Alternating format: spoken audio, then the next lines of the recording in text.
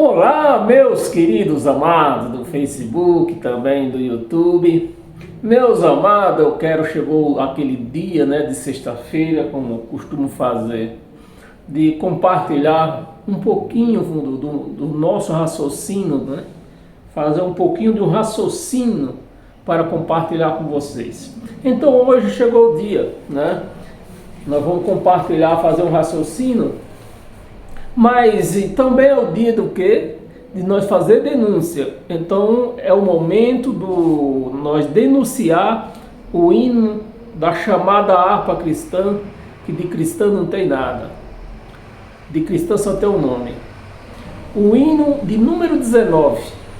O título do hino é O Convite de Cristo. Esse é o título do hino, da chamada harpa cristã, de número 19. Então hoje nós não vamos cantar esse hino, nós vamos ler a letra dele prestando atenção e raciocinando que o culto, quem vive em Cristo hoje, o culto em Cristo é no raciocínio, não é no chambalachura, lava-sunga na bacia, não. Mas primeiro eu quero chamar a atenção de você que não fugiu da escola, você que saiu por recreio, mas voltou para a escola. Então eu quero chamar a atenção de você para nós ler aqui uns versículos da Bíblia. É rapidão, Eita, poxa, é Romanos mesmo. Romanos, é o livro de Romanos, no capítulo 6. Não precisa nem se abrir, você só anota aí para você ler depois. Eu quero que você preste bem atenção, é isso que eu quero. Não precisa você acompanhar lendo, você marca aí para não atrapalhar. Eu quero que você abra o seu raciocínio e não perca esse raciocínio por nada. Porque no final eu vou te fazer uma pergunta e se você não ficou ligado, você não vai saber responder. Então, meus amados, Romanos capítulo 6, do versículo 1 ao 11. Vamos ler? Que diremos, pois, disse Paulo aos romanos, que diremos, pois, permaneceremos no pecado para que seja a graça mais abundante? Então o que é que Paulo quis dizer, pregou para os romanos, estava querendo dizer para os romanos? Nós vivemos no pecado e nós podemos continuar vivendo no pecado para a graça ser mais abundante, porque ela vai superabundar o pecado. Era esse o entendimento de Paulo, que fez a pergunta para os romanos. Permanecemos no pecado para que a graça seja mais abundante? Mais abundante? Aí ele mesmo responde, de modo nenhum. De modo nenhum. Como vivemos ainda no pecado, nós, você vê que ele está no meio da conversa, não é nós hoje, é nós, eles lá. Ele está no meio da conversa aqui. Se você não fugiu da escola, você saiu por recreio, mas voltou, você sabe que Paulo está se pondo na conversa aqui, Então, se nós trazer isso aqui para os dias de hoje, nós temos que trazer Paulo também, porque ele está no meio da conversa, Isso aqui não é uma profecia, é uma conversa, que ele estava tendo com os romanos. Não é uma profecia isso aqui. De modo nenhum, disse Paulo. Como viveremos ainda no pecado? Como nós ainda vivemos no pecado? Nós, os que para o pecado, meus amados. É um problema que o povo lê a Bíblia tão errado, que eles pensam que esse ele aqui é Jesus. Não é, preste atenção na palavra. Se está falando do pecado, o sujeito aqui é o pecado, Vamos ler de novo, versículo 2. De modo nenhum, diz Paulo. Como viveremos ainda no pecado, nós que para ele morremos. Como, Paulo? Tu morreu? Você está falando com eles, com os romanos aí? Você está me entendendo, meus amados? Que houve a morte de todos aqueles lá, né? Mas espiritualmente, no espírito. No espírito. Então, quando eles morriam, o espírito ia para a cova, ficava presa com o corpo, esperando quem? A volta de Jesus. Então, todos que morreram antes de Jesus, incluindo Abraão, que lá nos livros da lei, aqui, nos evangelhos da lei, diz que Abraão está lá no céu, antes de Jesus. Coisa nenhuma. Incluindo Abraão, não estava no céu antes de Jesus. Porque o Espírito que estava em Jesus foi o primeiro a subir. Foi o primeiro. Antes nenhum tinha subido. Então Abraão, Moisés, Elias, Isaías, nenhum tinha subido. Nenhum. Estava esperando. Estava esperando a vinda de Jesus. Né? Aí Paulo diz, não, de maneira nenhuma. De maneira nenhuma. Como nós vamos andar no pecado? Nós que para ele já morremos. Paulo só fala, eu consigo entrar na mente de Paulo e ouço ele dizer, morto peca. Você está me entendendo? Morto peca. Era isso que Paulo estava querendo dizer para os irmãos romanos, né? Aí versículo 3. Ou porventura ignorais, chamou eles de ignorantes, as pessoas que não tinham fé para crer que eles tinham morrido com Jesus, né? Chamou eles de ignorantes. Ou porventura ignorais que todos nós, olha ele na conversa de novo aqui, né? Então, isso quer dizer o quê? Se você não fugiu da escola, se você voltou do recreio, isso quer dizer que se nós trazer essa palestra para hoje, nós temos que trazer Paulo e todos eles aqui que ele estava falando com eles, né? Todos nós que fomos batizados em Cristo, não foi numa piscina, não, aqui não diz que foi numa piscina cheia de água. Em Cristo Jesus fomos batizados na sua morte, de uma vez por todas. Então, naquele momento que Jesus estava morrendo na cruz, ali ele estava batizando todos, de uma vez por todas, né? Versículo 4. Fomos, pois, sepultados com ele. Então, como que sepulta uma pessoa se ela não morreu? Mas Paulo não estava falando da carne, ele estava falando do espírito. Então, espiritualmente, nós fomos sepultados com ele, morremos com Jesus e fomos sepultados com ele e ressuscitamos com ele. Vamos ver mais? Sepultado com eles na morte pelo batismo, né? Na morte pelo batismo, para que com Cristo foi ressuscitado, assim como Cristo, né? Assim como Cristo foi ressuscitado dentre os mortos para a glória do Pai, assim também andaremos nós. Ele no meio da conversa de novo aqui. Andaremos nós em novidade de vida. Versículo 5. Porque se fomos unidos com ele, né? Se fomos unidos com ele na semelhança da sua morte lá na cruz, então quando ele estava morrendo na cruz, nós também estávamos lá. Na semelhança da sua morte, certamente, você vê que não tem mentira, ele está afirmando, certamente, né, aqui também na sua semelhança, onde nós paramos? Porque se fomos unidos com ele na sua semelhança da sua morte, certamente, não é mentira, é certo, certamente o seremos também na semelhança da sua ressurreição. Então nós morremos com Cristo, com Jesus de Nazaré, e ressuscitamos com ele.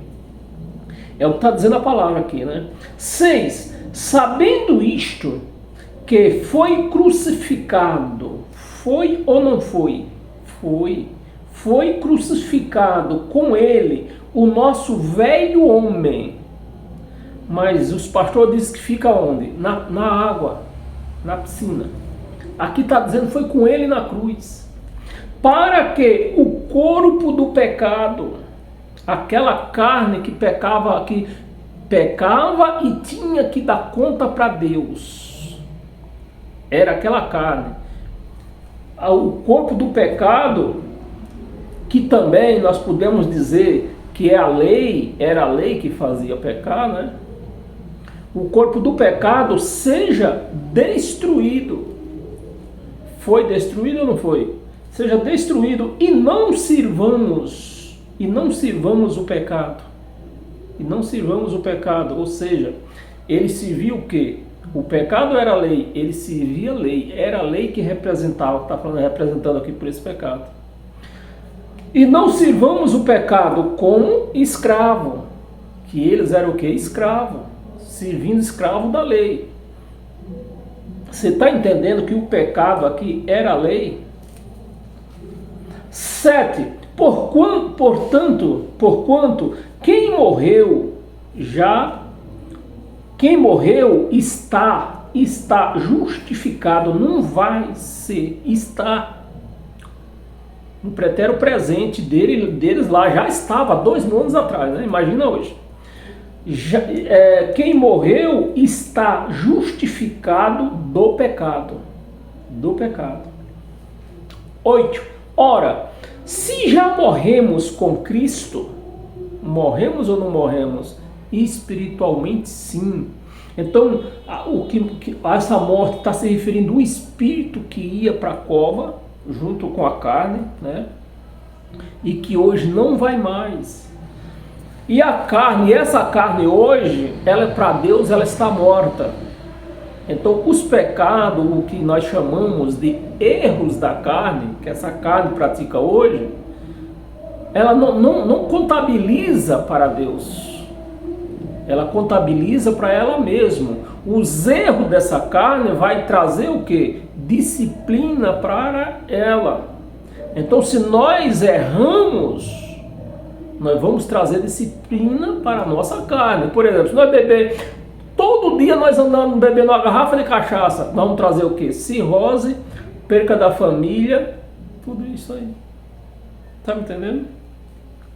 Ora, se já morremos com Cristo, cremos que também com Ele viveremos. 9. Sabedores de que, havendo Cristo ressuscitado, vão prestando atenção, vou fazer a pergunta no final.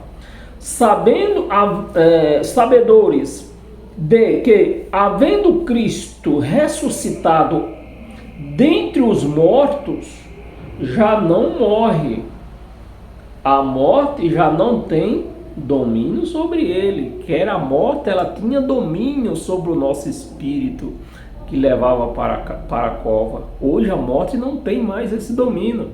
Então o nosso espírito não fica dormindo que nem os crentes falam. Até porque espírito não dorme, né? 10. Pois quanto a ter morrido de uma vez para sempre, olha, de uma vez para sempre, morreu para o pecado, mas quanto a viver, viveremos para Deus. 11. Assim também, você vê o arrodeio que Paulo fez, né? Esclarecendo tudo, para chegar no final ele bateu o martelo. Assim também vós, Romanos, vocês, romanos, assim também vós, considerai-vos mortos. Morto peca. Os crentes pecam. Que eles não morreram para Cristo. Né? Considerai-vos morto para o pecado, mas vivo para Deus. Aqui esse morto para o pecado é morto para a lei. Como os crentes guardam a lei, então eles estão vivos para o pecado e morto para Deus. Mas vivos para Deus em Cristo Jesus. Agora eu faço a pergunta. Segundo isso que eu li e você ouviu aí, nós já estamos ressuscitados ou não? Segundo o que nós lemos já. Morremos com Ele e ressuscitamos com Ele. Vivemos em glória nesse reino aqui, ó, abençoado, que Ele abençoou para nós, né? Os crentes não enxergam isso. Quem vive em graça vive na glória. Agora vamos ao hino. Hino de número 19. O título: o convite de Cristo. As emoções são essas.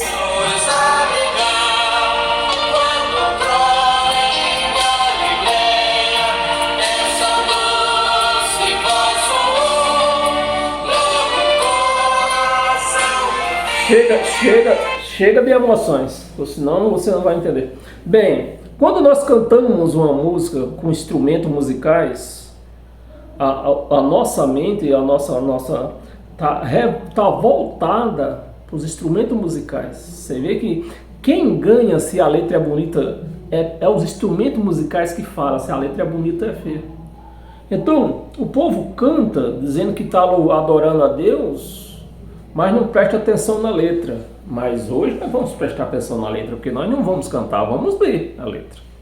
E a letra começa assim, ó. Eis que a voz de Cristo clama. Então, eu não condeno essa frase, porque a voz de Cristo, quem era a voz de Cristo? Vê se você já está em graça mesmo. Quem era a voz de Cristo? Porque Cristo é Cristo, Jesus de Nazaré, Jesus de Nazaré. Cristo é o Espírito, era o próprio Deus que estava em Jesus de Nazaré. E quem era a voz de Deus naquele momento? Jesus de Nazaré. Então, a voz de Cristo, não condena a frase, mas desde que nós tenhamos o entendimento que era Deus falando por Jesus de Nazaré. Segundo verso aqui, verso, sobre o revoltoso mar. Talvez, eu creio que uma boa parte dos crentes não tenha esse entendimento o que é o revoltoso mar. Não é o mar com aquelas ondas que vem e volta. Não é o mar. Esse mar aqui somos nós. Era o povo, né? Era o povo revoltado. Desta vida perigosa, vinde a mim, vós abrigar. Então, meus amados, o que é que você, nesse primeiro versículo, o que é que nós temos que entender aqui? Algumas coisas nós temos que entender, que a voz era de Jesus de Nazaré, era a voz de Cristo, mas usando a boca de Jesus de Nazaré. Vinde a mim, os abrigar. Cristo, ele nunca chamou ninguém. A morte de Cristo, o sangue de Cristo foi derramado, Jesus foi derramado, né, do corpo de Cristo foi derramado, sem nenhuma imposição. Então, ele derramou o sangue dele sem nenhuma imposição. Deus não fez, nunca fez, nem na morte de Jesus, nem em outro lugar Deus fez imposição. Ele sempre nos amou sem nenhuma imposição. Mas segundo esse hino aqui, ó, vinde a mim os que clamam. Então, se não clamar, Jesus não faz nada por eles. Esse Deus eu não quero. Quando outrora em Galileia, essa doce voz soou, né? Era a voz de Jesus de Nazaré, mas nunca podemos esquecer que Deus estava usando aquele corpo, aquela voz, aquela boca, aqueles braços, tudo. Deus estava usando. Não era que Jesus de Nazaré era Deus. Deus estava usando Jesus de Nazaré. Tudo pronto, abandonou. Não, eu esqueci outra aqui. A voz soou. Logo o coração ouvinte, tudo pronto, abandonou. Verso 3. Sobre a voz sedutoras, será que isso? Você vive em graça? Você é capaz de raciocinar e conhecer quem é essa voz sedutora? Será que era de Satanás? Não é. A não ser que você inclua isso que eu vou te falar. Essa voz sedutora é da carne. É a carne que tenta seduzir. Então, quem é se nós levamos para o lado de Satanás, quem é o Satanás? A carne. É a carne que é sedutora. Então, se nós levar para esse lado, quem é Satanás? A carne. De mundanas atrações, a carne gosta de atrações, gosta ou não gosta? Gosta. E tem umas atrações que é até lícito a gente se render a elas. Algumas, né? Clama a meiga voz de Cristo. Cristo é Espírito, então se ele tinha que clamar, era usando a boca de Jesus de Nazaré. Dai-me o vosso coração. Olha a imposição que ele fez aqui. Não, esse Deus eu desconheço ele. Que deu sua vida através de condições. Ele não fez a mínima condições. Ele deu, como está escrito no Evangelho, ele deu a sua vida sem nunca nós ter sido bom. Ele deu sem nunca, nós quando era ruim, ímpio, ele deu a sua vida por nós. Agora, os crentes dizem aqui das condições, dai-me o vosso coração. Verso 4. Quer no meio dos prazeres, quer no dia da aflição, ainda clama paciente. Olha, um Deus, presta atenção, meus amados, ainda clama paciente, um Deus todo-poderoso, soberano de tudo, se implorando o ser cristão, se humilhando o ser cristão. Você está me entendendo? E quer que eu sirva um Deus desse. Mas-me tu, ô cristão, paciente, amas-me tu, mas não é amas, ainda clama paciente, né? Se humilhando, que isso é humilhação, é ou não é? Pelo amor de Deus, é uma humilhação. Um Deus todo-poderoso, soberano de todas as coisas, se humilhando pela uma carne humana cheia de falha. Tem condições isso, meus amados? Me ajuda aí.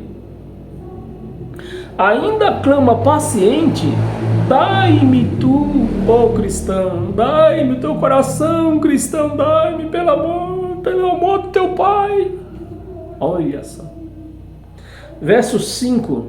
Na vereda estreita e santa, já pisada por Jesus, segui-lo ele te chamar, né? Segue-lhe ele te chamar, vem cristão ainda na luz.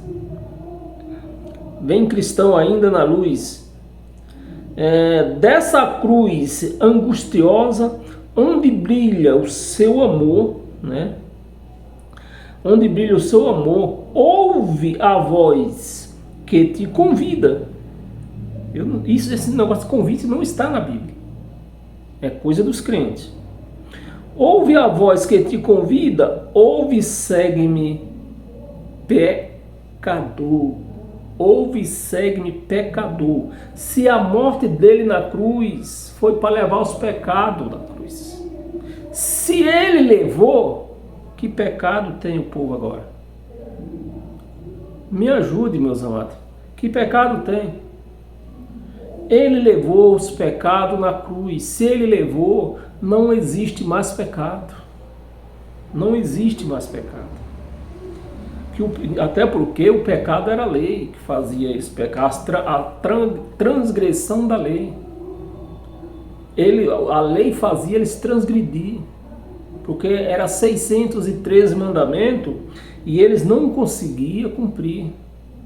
E ele na cruz, ele acabou com a lei, acabou com os pecados. Amém, meus amados? Então tá aí, são essas as denúncias, né? E o nosso raciocínio de hoje. Tenham paz, paz eterna, e até domingo a partir das 8 horas da manhã. Amém?